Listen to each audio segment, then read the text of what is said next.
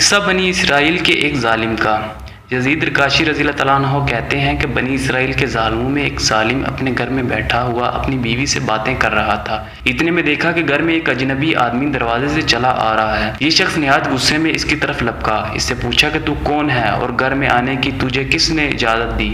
اس نے کہا مجھے اس گھر کے مالک نے اندر آنے کو کہا اور میں وہ شخص ہوں جس کو نہ کوئی پردہ روک سکتا ہے اور نہ بادشاہوں کے پاس جانے کے لیے مجھے اجازت کی ضرورت ہوتی ہے، نہ کسی ظالم کے دبے سے ڈرتا ہوں، نہ کسی مغرور متکبر کے پاس جانے سے مجھے کوئی چیز منع نہیں کر سکتی۔ اس کی یہ گفتگو سن کر وہ ظالم خوفزدہ ہو گیا، بدن میں کپکپی آ گئی اور اوندے منہ گر گیا۔ اس کے بعد نہایت عاجزی سے کہنے لگا پھر تو آپ مالک الموت ہیں؟ اس نے کہا ہاں میں وہی ہوں۔ صاحب مکان نے کہا کہ اب مجھے اتنی مہلت دے دیں کہ میں وصیت پر لکھ دوں۔ فرشتے نے کہا اب اس کا وقت دور چلا گیا، افسوس کہ تیری مدت ختم ہو چکی ہے، سانس پورے ہو گئے ہیں اور تیرا وقت ختم ہو گیا ہے، اب تیرے لیے ذرا سی تاخیر کی بھی گنجائش نہیں۔ صاحب مکان نے پوچھا کہ آپ مجھے کہاں لے جائیں گے؟ فرشتے نے کہا تیرے اعمال جو آگے گئے ہوئے ہیں ان کے پاس ہی لے جاؤں گا، جیسے عمل کیے ہوں گے ویسا ہی ٹھکانہ ملے گا، اور جس قسم کا گھر تو نے اس جہان میں بنا رکھا ہے وہی تجھے ملے گا۔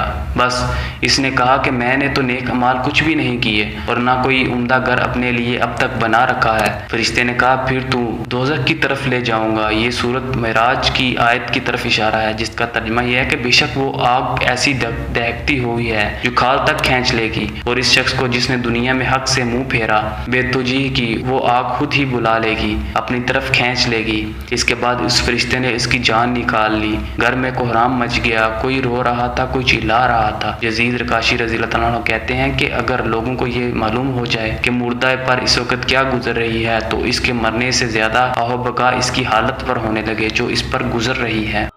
اگر آپ کو یہ ویڈیو اچھی لگی ہے تو لائک کریں، شیئر کریں اور کمنٹ ضرور کریں۔